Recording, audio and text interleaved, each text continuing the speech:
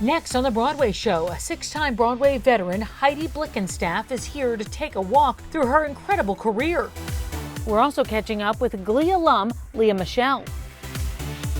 And a little later, we'll talk to one of the great stars of Mrs. Doubtfire, the musical, about why she's just gotta dance. I'm Tamsen Fadal, and this is the Broadway Show. I'm so glad you could join us for this latest edition of the Broadway Show. I'm Tamsen Fadal. It's going to be a good one, but it always is, especially now that Broadway is back. Heidi Blickenstaff is a veteran of half a dozen Broadway shows, most recently Jagged Little Pill. To say she's living the Broadway dream is an understatement. Let's go ahead and send it out to Paul Wontorek. On Broadway, Heidi Blickenstaff has played troubled moms, funny wives, a certain sea urchin, and even herself, right? You kind of played yourself on Broadway. Correct. Here she is, Heidi Blickenstaff. We're gonna walk through your resume. I love this Are your idea. boots made for walking? Totally. They're Ready a to little go? high, but I got this.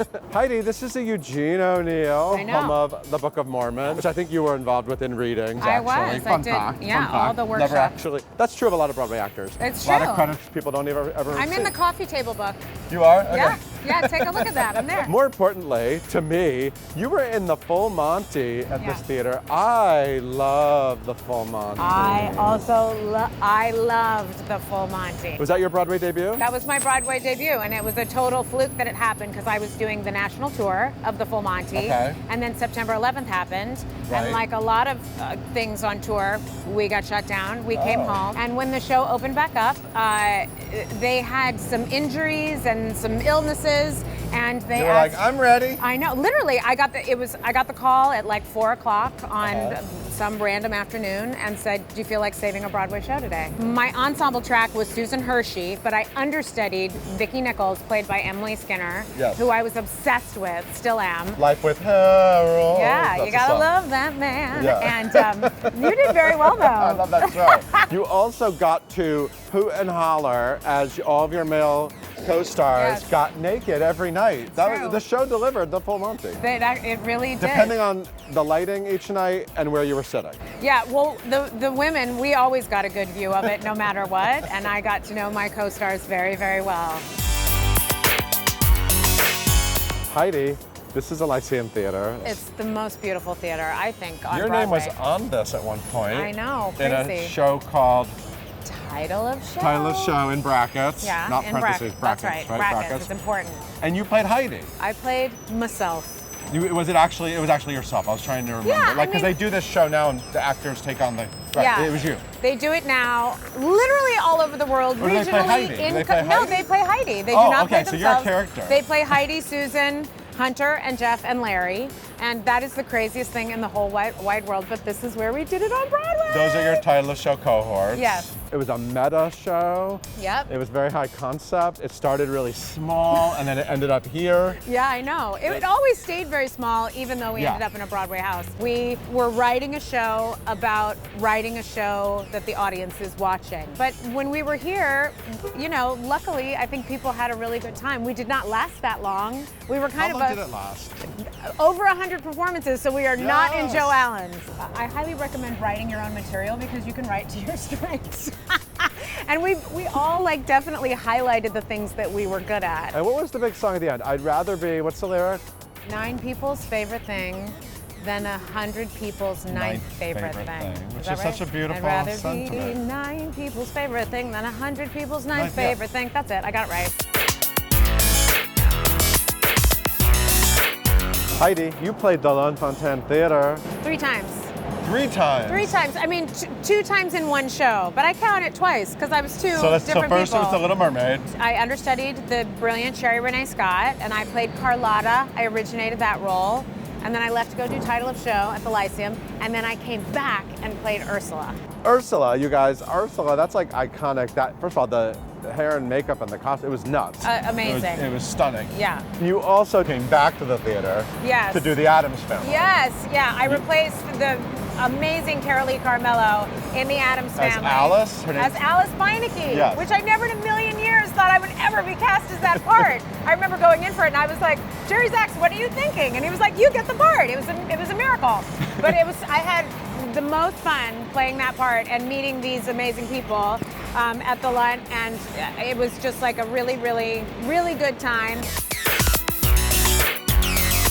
Heidi, look, it's the St. James Theatre. Who is St. James? I don't know. He must be the god of musical comedy. Ha-ha! Because I've seen a lot of funny shows there, including Something Rotten. Something Rotten. That you were in. You played B. I played B Bottom. Yes. It's true. That was my name. Why are you laughing at that? I forgot. B Bottom. Yeah. Wife of Nick Bottom. Wife of Nick Bottom. Yes. What a funny show, and I mean, amazing cast. It was like all my favorite Broadway clowns, including Mine too. Is it fun when you're with that many genuinely hilarious people? You feel like you're not funny at all.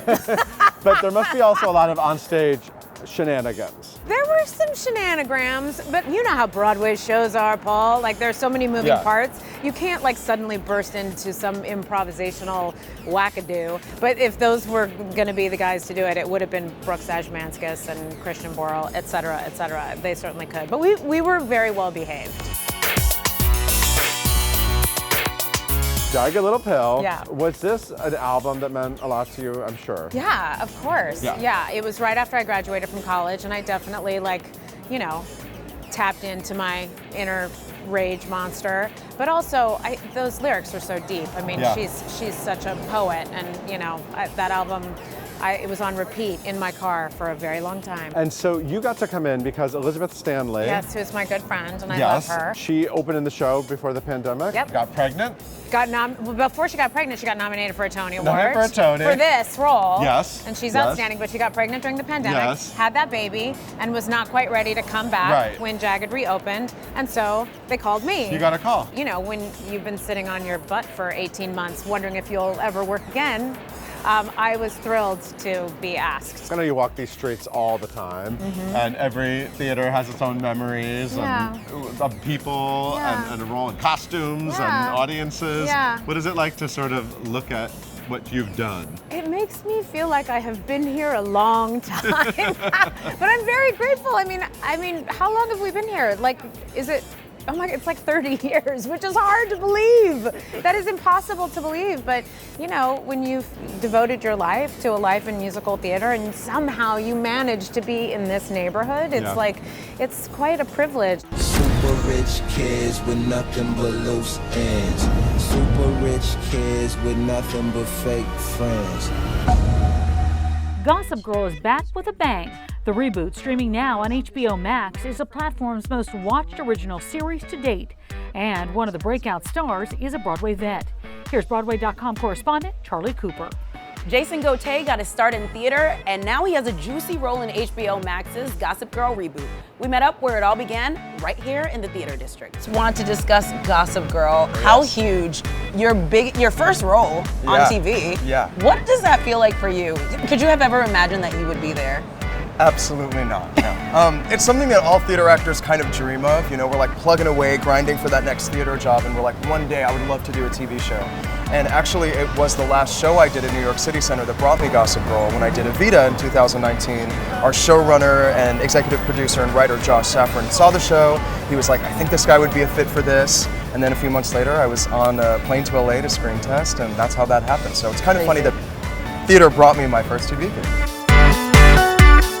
We're at the St. James, of course, your old stomping grounds. What does that feel like for you? Is this a nostalgic moment? It is. Every time I pass by, I kind of have to like stop and take that breath, or I can just like take myself back to that place where I made my Broadway debut and Bring It On the musical. It was like August 1st, 2012. Amazing. So yeah, it's a surreal moment to think about that night and that time being less than a year out of school. It was a crazy time.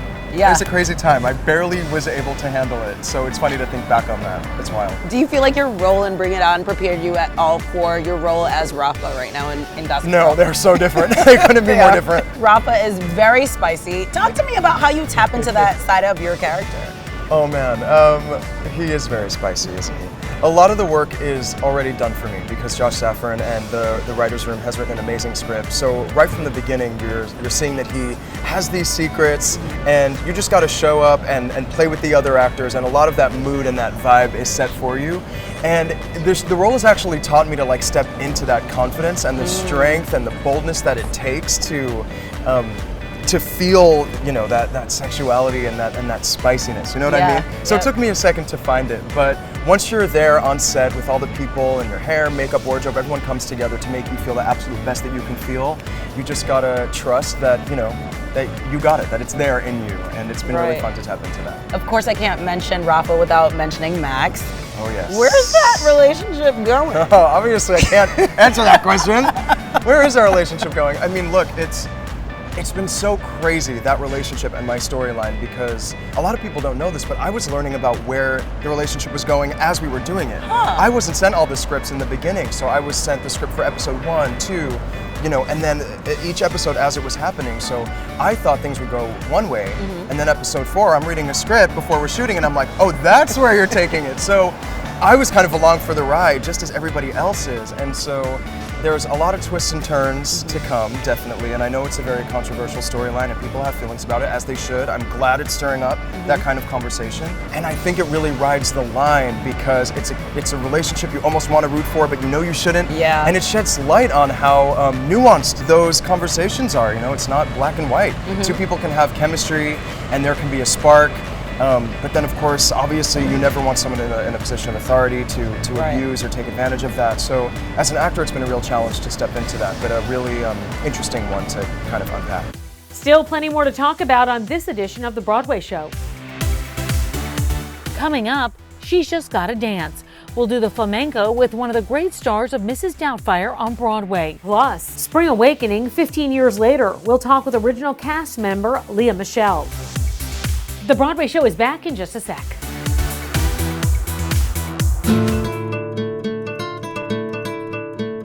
Help is on the way, dear. That's because Mrs. Doubtfire is now on Broadway. We met up with Elena Waters, one of the show's great performers at Open Jar Studios, to find out why She's Just Gotta Dance. Hi, I'm Elena Waters, and I am part of the ensemble and the flamenco dancer and singer in Mrs. Doubtfire. I started dancing when I was 6, almost 7. We had moved from England, where I fell in love with musical theater. My dad was in the Air Force, to Colorado, where he retired. And so that's where I began dancing.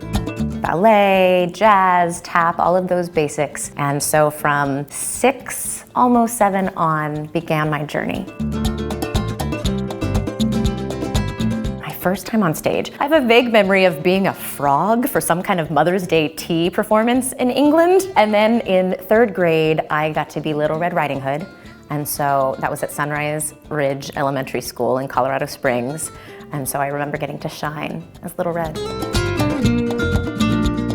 Since falling in love with musical theater in London, before I really understood what Broadway was, I knew I wanted to do that.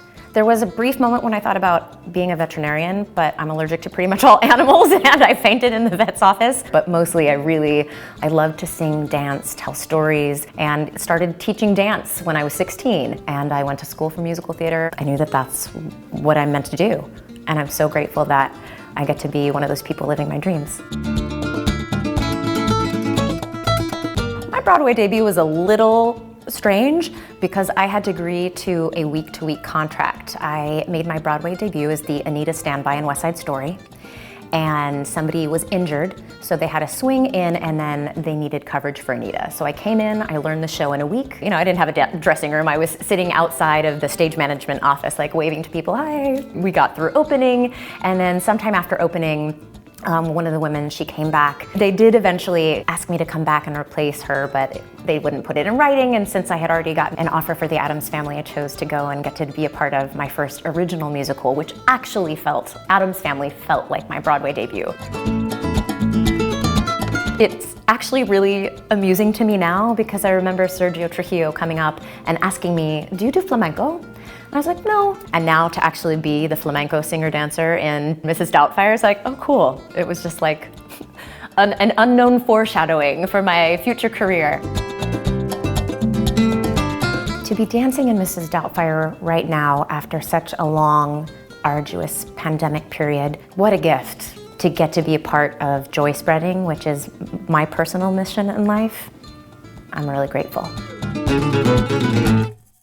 I think that my younger self would be really excited that I'm living the dream of being a Broadway performer, triple threat, singer, dancer, actor. I'd be really proud of myself. I am.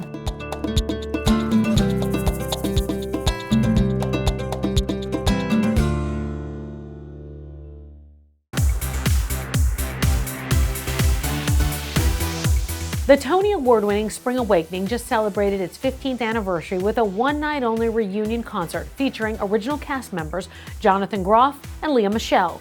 That event will also be chronicled in a new HBO documentary in 2022. Paul Wontorek caught up with Lea Michele. Get ready for me, love, cause I'm a comer. I simply gotta march, my heart's a drama. Don't bring around a cloud to rain on my parade. Theater fans fell in love with Lea Michele for her star turn as Rachel Berry on TV's GLEE, and of course, her incredible work in the Tony-winning musical Spring Awakening. I met up with Lea at her old stomping grounds right here at the Eugene O'Neill Theatre to talk all things Broadway. So, 15 years ago, you were starring in Spring Awakening. Everybody loves Spring Awakening. You were fantastic. Lots of memories here. A lot has happened here. I feel like I'm just like transported back in time. And an amazing cast, and they've all gone on to such great things. I know you're all friends. Well, it was such a special time and such an incredible show, and we're really lucky that as a cast we've remained in contact and seeing each other. And Jonathan Groff and I are obviously still as inseparable as we were. And we talk about it all the time, and just how special this time was really for all of us. Yeah. But I've also heard a lot of stories about this cast because you were all young. Oh, yeah. And experiencing Broadway fame together. I mean, that show blew up. You guys all sort of blew up at the same time. So do you want to talk anything about, like, what was it like being in the hit of Broadway with that group of people right here on this sidewalk? I mean, Jonathan Groff and I used to get into so much trouble together during the show, which I don't know how we got away with this, but at some point during the show when Venla and Melchior were not on stage, we would come out here on the street in our costumes. In costumes. Which is like not allowed. And it was the night before the Tonys. The Tony nominations came out. And Jonathan was like, let's go to St. Malachy's across the street. Let's go to the church. So we go to the church, we light a candle, like, dear God, please give us Tony nominations, which we're such theater kids. And next thing you know, he takes out a $50 bill from his pocket and puts it into the basket. And I was like, wait a minute. I didn't bring any money. I didn't know we were, I'm in my costume. I didn't know you had pockets in your, 1890 garb. And he was like, oh, well, I really wanted to make a donation. And I was like, I can't believe it. This isn't good. I didn't give the church a donation. Sure enough, I didn't get a nomination the next day. And he got a Tony nomination. Now we know what happened? I did not. I never understood why you didn't get a nomination. Now we know why. I can explain to you exactly Jonathan why. Groff. And well, he did a good thing. $50. Yes. Yeah, you have such an interesting career because you got your start in the theater and then you got to become famous playing a theater loving, Rachel and GLEE, and you got to sing all these show tunes, and it was so Broadway adjacent. Totally. Yeah. So it was meant to be because I think that all of that experience of being a child on Broadway certainly fueled Rachel Berry. I was able to use a lot of that experience and my love for theater. But it's incredible to be able to move off to LA and then come back and be back in my city and seeing shows again, and this is my home. I was born here. Yeah, talk about the community, because obviously the community's been through a lot. I know that it's been sort of difficult to watch the theater community not have Broadway and not be able to thrive and sort of figure out how to get through it. What's it been like for you as someone who I know loves this world and came from this world and maybe considers himself part of the world? What's it been like for you to watch all this? The whole world stopped, obviously, in 2020, but there's just something about when Broadway is not open, it doesn't feel right. Obviously sad for multiple reasons, and that's why this return is going to be even more beautiful for so many people and for New York to have theater alive and well again. Yeah. Broadway is magic. There is nothing like sitting in a Broadway theater and sitting in the seat. I mean, I've had the pleasure of being in Broadway shows myself, but even as an audience member, I experienced that magic. So all I can say is if you're a theater lover, come back, come see your favorite shows. I can't wait to see all the shows I've already seen 20 times. I can't wait to see them again. But if you haven't had the opportunity, there is truly nothing like it. Yeah. It's magic right in front of you. You're a mom. I am. I am so having the best time being a mom. It's so wild, and even hearing you say it, I have to stop and be like, I can't believe it. It feels so surreal. I don't know, I'm experiencing a level of love that I never thought I ever could.